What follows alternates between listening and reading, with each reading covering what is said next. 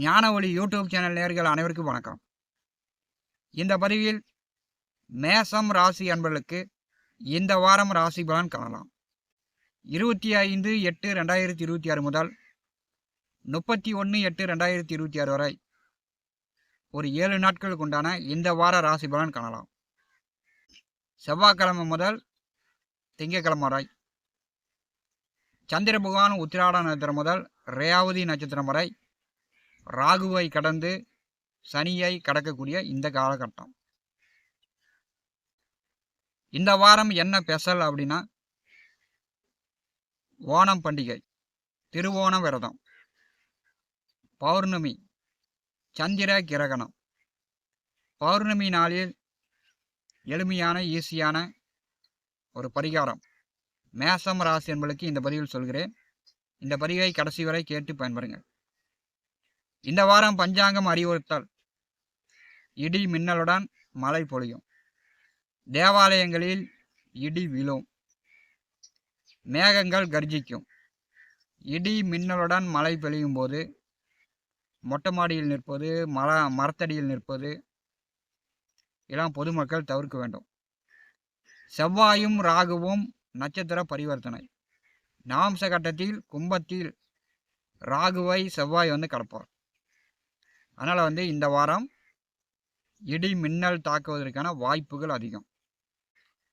மேசம் ராசி என்பதற்கு இந்த வாரம் ராசி பலன் காணலாம். மேசம் ராசி அதிபதி 3வது வீட்டிலே ராகுவோடைய நட்சத்திரத்திலே சஞ்சாரம் செய்து கொண்டிருக்கிறார். மேசம் ராசிக்கு 11வது வீட்டிலே ராகு செவ்வாய் நட்சத்திரத்திலே சஞ்சாரம் செய்கிறார். ராகுவும் செவ்வாயும் நட்சத்திர பரிவர்த்தனை. அப்போ 3-11 உங்களுக்கு பலமாகிறது. உங்கள் முயற்சிகள் உடனே வெற்றியாகும். அது வேலை உத்தியோகம் சார்ந்து, திருமண காலங்கள் சார்ந்து நீங்கள் முயற்சி செய்யுங்க. இந்த வாரம் உங்களுக்கு வெற்றியாகும். சந்திர பகவான் 9ஆம் வீட்டிலிருந்து 25ஆம் தேதி மதியம் வரை 9ஆம் வீட்டிலிருந்து சந்திர பகவான் வாரத்தை தொடங்குகிறார். 25ஆம் தேதி மதியம் 10ஆம் இடம் சந்திர பகவான் வருகிறார். சந்திரன் 10ஆம் இடம் வருவது ஒரு சிறப்பான காலகட்டம். தொழில், வேலை, உத்தியோக ரீதியாக நல்ல வருமான சம்பாத்தியம். விவசாயிகள் விவசாயம் செய்திக்கலாம். தொழிலை மேம்படுத்தி கொள்ளலாம். 10ஆம் வீட்டில் சந்திரன் வரும்போது வருமானம் மூலம் நல்ல சந்தோஷம் மேசம் ராசி என்பதற்கு ஏற்படும். 26ஆம் தேதி புதன்கிழமை ஓணம் பண்டிகை. பண்டிகை நாட்கள் நல்லா சந்தோஷமாக இருப்பீங்க. 27ஆம் தேதி ஆவணி மாதம் 10ஆம் தேதி வியாழக்கிழமை. அன்றைய தினம் பௌர்ணமி தேதி. பௌர்ணமி நாளில் சூரியன் அஸ்தமனத்துக்கு பிறகு மாலை 7 மணிக்கு மேல் மேசம் ராசி என்பவர்கள் ₹1 காசு எடுத்து கையில் வச்சிங்க. மேற்கு திசையை பார்த்து உங்கள் தலையை 3 முறை சுற்றி மேற்கு திசையை பார்த்து தூக்கி எறிந்து விடுங்கள். மேசம் ராசிக்கு மேற்கு திசை தான் ஒரு பிரச்சனைக்குரிய திசையாக இருக்கும்.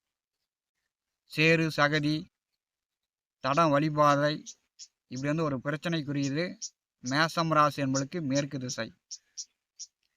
மேற்கு திசையை பார்த்து ₹1 நாணயத்தை 3 முறை தலையை சுற்றி தூக்கி எறிஞ்சிங்கன்னா பார்த்தீங்கன்னா இருப்பதிலேயே பௌர்ணமி திதி தான் மிகவும் மோசமான திதி. பௌர்ணமியில் ஆண்கள் பிறப்பதை விட பெண்கள் பிறந்தால் திருமண வாழ்க்கையே பிரச்சனைக்குரியதாகிறது.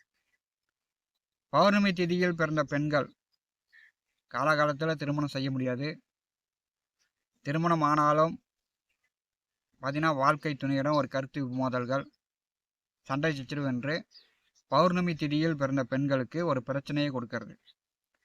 பௌர்ணமி நாளில் மேசம் ராசி என்பவர்கள் மேற்கு திசையில் நின்று மேற்கு திசையாக பார்த்து ₹1 நாணயத்தை கையில் வச்சு தலையை 3 முறை சுற்றி அந்த ₹1 காசை தூக்கி எறிங்க. உங்களுக்கு பிரச்சனைகள் பௌர்ணமி நாளிலிருந்து படிப்படியாக குறையும். 28ஆம் தேதி சந்திர கிரகணம். சந்திர கிரகணம் இந்தியாவுக்கு தெரியாது. அதனால் பெரும்பாலும் நமக்கு தோஷம் கிடையாது.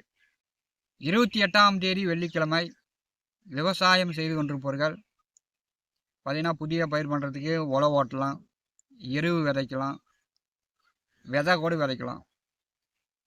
28ஆம் தேதி விவசாயிகள் புதிய பயிர் பண்ணுறதுக்கு உங்களுடைய நிலத்தை வந்து நீங்கள் வந்து வேலை செய்யலாம், உழுகலாம்.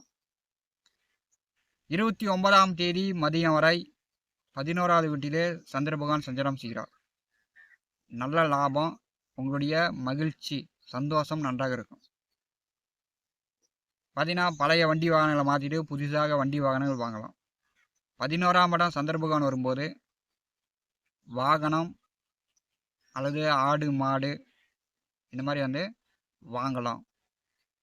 29ஆம் தேதி மதியத்திலிருந்து சந்திர பகவான் ராசிக்கு 12ஆம் இடம் வருகிறார். வக்கர சனி பகவான் மேல் சந்திர பகவான் செல்வார். வேலை உத்தியோகம் பார்க்கக்கூடியவர்களுக்கு கொஞ்சம் கூடுதலான உழைப்பு, கொஞ்சம் பயண போக்குவரத்து அலைச்சல்கள் அதிகமாக இருக்கும். 12வது வீட்டிலே சனி மேல் சந்திர பகவான் செல்லும்போது சிலர் வந்து 1 கிலோமீட்டர் 2 கிலோமீட்டர் நடந்தே போகிற மாதிரி, பஸ்ஸு வரும் அப்படின்னு வெயிட் பண்ணுவீங்க, பஸ்ஸு வராது, சரி நடந்து தான் போகலாம் அப்படின்னு நடந்து போனால் அது வந்து அரை மணி நேரம் 1 மணி நேரம் ஆகும். காலுக்கு வந்து அதிக உபத்திரங்களை இந்த காலகட்டத்தில் கொடுக்கும். சனி மேல் சந்திர பகவான் செல்லும்போது சிலருக்கு வந்து நரம்பு சார்ந்த பிரச்சனை, கால் வந்து இருந்தாப்புல சுளுக்கிக்கும், அல்லது கால் வந்து நடந்து போகும்போது கல்லில் முட்டும், காலுக்கு வந்து அடிபடும். கோச்சாரத்தில் சந்திரன் 12ஆம் இடம் வரும்போது எதிர்பாராத வழியில் பணம் வந்து செலவாகும்.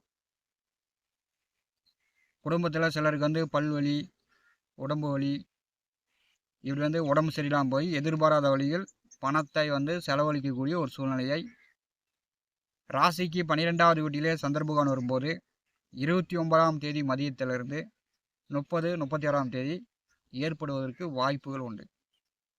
சிலருக்கு வந்து சிறு தூர பயணம், நீண்ட தூர பயணம், பயண போக்குவரத்துகள் மூலமும் செலவுகள் உண்டாகும். தொழில் முதலீடு சார்ந்து கூட செலவுகளை ஏற்படுத்தும். மேசம் ராசி அதிபதி 3வது வீட்டிலே ராகு நட்சத்திரத்திலே சென்று கொண்டிருக்கிறார். இளைய உடன் பிறந்தவர்களிடம் ஒரு சிலருக்கு கருத்து மோதல்கள் வரும். இந்த வேலை செய்யலாம், அந்த வேலை செய்யலன்னு நீங்கள் வந்து சண்டை பிடிப்பீங்க. அதனால் வந்து இளைய உடன் பிறந்தவர்களிடம் மேசம் ராசி என்பவர்கள் கொஞ்சம் கவனமாக இருக்கணும். இளைய உடன் பிறந்தவர்கள் வெளியூர் மூலம், வெளிநாடு மூலம் பணம் சம்பாதித்து கொண்டிருக்கிறார்கள் என்றால் இந்த வாரம் அவங்களுக்கு அதிகமான கூடுதலான பணம் சம்பாதிக்கக்கூடிய வாய்ப்புகள் இந்த காலகட்டம் உண்டு. மேசம் ராசிக்கு 5வது வீட்டிலே சூரியன் ஆட்சி பெற்று செல்வது பூர்வ புண்ணிய புத்திரஸ்தானம் பலமாக இருக்கிறது. அப்போ உங்கள் குழந்தைகளால் உங்களுக்கு மகிழ்ச்சி. 5ஆம் இடம் பலமாக இருக்கும்போது அதிகமாக கோவப்படாதீங்க, தன்மையாக செயல்படுங்க. உங்களுக்கு இந்த வாரம் ஒரு நல்ல மாற்றங்களை கொடுக்கக்கூடிய அமைப்பாக மேசம் ராசி என்பதற்கு இருக்கும். ஞானவழி யூடியூப் சேனலை பார்த்து கொண்டிருக்கக்கூடிய அன்பர்கள், இதுவரை நம்முடைய சேனலை சப்ஸ்கிரைப் செய்யாத அன்பர்கள் மறக்காமல் சப்ஸ்கிரைப் செய்து கூடவே இருக்கின்ற ஆல் பட்டன் அழுத்திங்க. தினந்தோறும் நம்முடைய சேனலில் ஜோதிட பலன்கள் பதிவிடப்படும். உடனுக்குடன் பார்த்து பயன்பெறுங்கள். நன்றி, வணக்கம்.